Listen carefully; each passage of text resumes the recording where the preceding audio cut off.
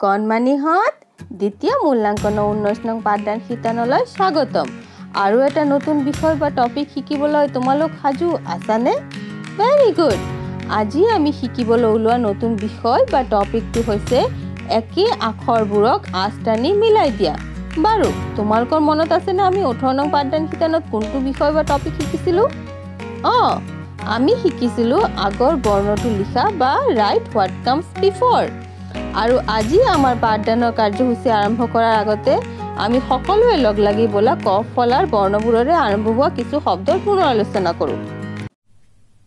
শিশুসকল, এতিয়া বলা আমি বৰ্ণ পৰিচয় কিতাপখনত পঢ়া ক ফলা বা ব্যঞ্জন বৰ্ণৰে আৰম্ভ হোৱা শব্দবোৰৰ পুনৰ আলোচনা কৰোঁ।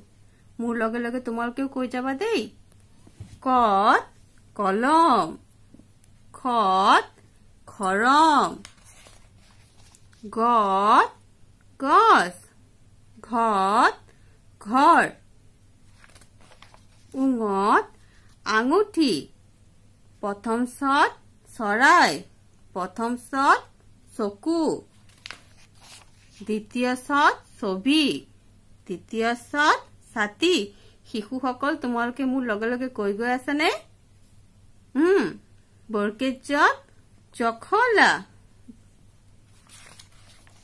ঝত ঝাও গছ, নিয়ত জিয়া, মধিনাথত টকা, মধিনাথত ঠগা, মধিনাথত ডবা, মধিনাথত ধৰা। কৈ গৈ থাকিব দেই। মধিনাথত ফনা, দন্তেত তৰা, দন্তেত থালি, দন্তেত দৌল। শিশুসকল, মোৰ লগে লগে তোমালোকেও কৈ গৈ থাকিবা দেই।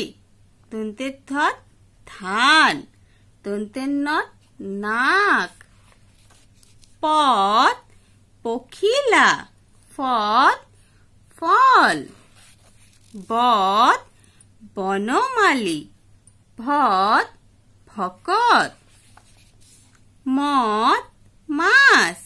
তোমালোকে মোৰ লগে লগে কৈ গৈ আছানে?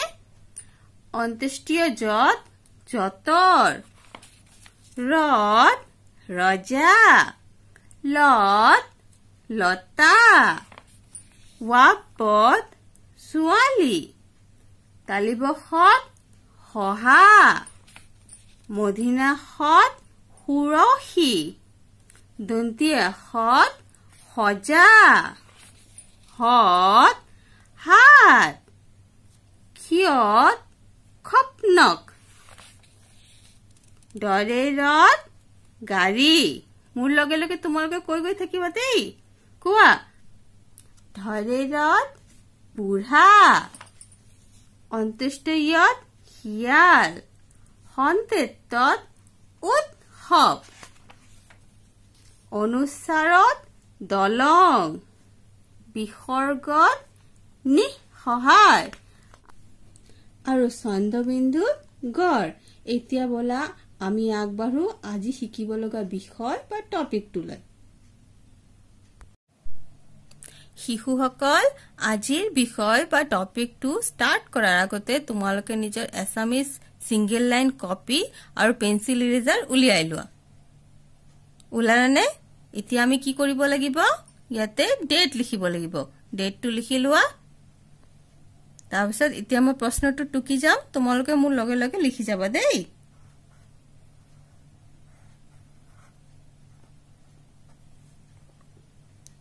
লিখা। একে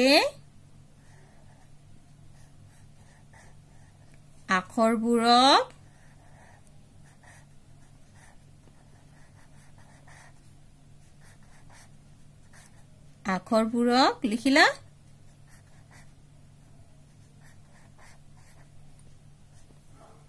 আঁচ টানি মিলাই দিয়া।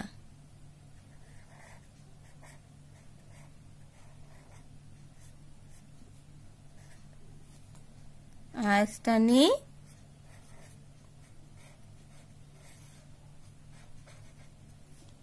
মিলাই দিয়া।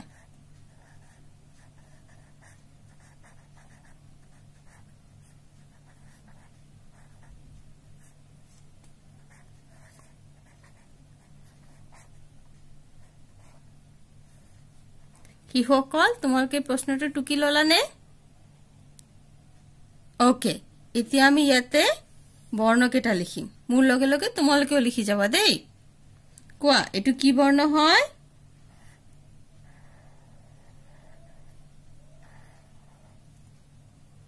মধিনাৰ ট এতিয়া কোৱা এটো কি বৰ্ণ হয়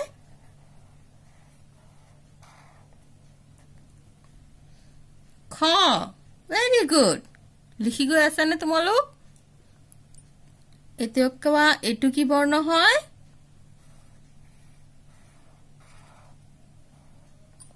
ৰ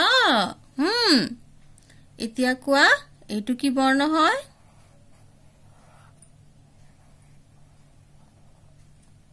নিয় আৰু এতিয়া কোৱা এটো কি বৰ্ণ হয়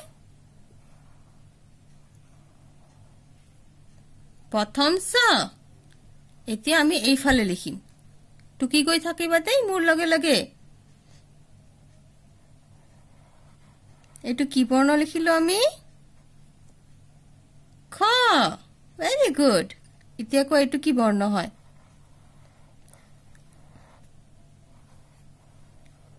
এটো হয় নিয় এতিয়া কোৱাচোন এটো কি বৰ্ণ হয় প্ৰথম ছ এতিয়া কোৱা এটো কি বৰ্ণ হয়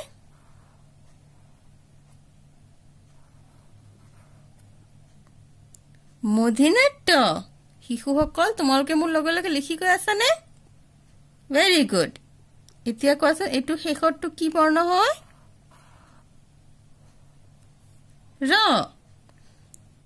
কণমানিহঁত এনেকৈ তোমালোকে ধুনীয়াকৈ প্ৰশ্নটো টুকি ল'ব লাগিব বুজি পালানে এতিয়া আমি দুয়োফালে থকা একে আখৰ বা বৰ্ণবোৰক আস্তানি মিলাই দিম এটো কি বৰ্ণ লিখিছো আমি মধিনাৰ ট এতিয়া কোৱাচোন এটো কি হয় খ এটো তো মধিনাৰ ট নহয় এটো মধিনাৰ ট হয় নে নহয় আৰু এটো নহয় আৰু এটো মধিনাৰ ট হয় সেইকাৰণে এই বৰ্ণটোৰ লগত আমি এই বৰ্ণটো আস্তানি মিলাই দিলো এটো কি বৰ্ণ হয় খ এতিয়া কোৱাচোন এটো খ হয় নে হয় এতিয়া এই বৰ্ণটোৰ লগত এই বৰ্ণটোক আমি আস্তানি মিলাই দিম এটো কি বৰ্ণ হয় নো ৰ কোৱা এটো ৰ হয় নে নহয় এটো ৰ হয় নে নহয় এটো ৰ হয় নে হয়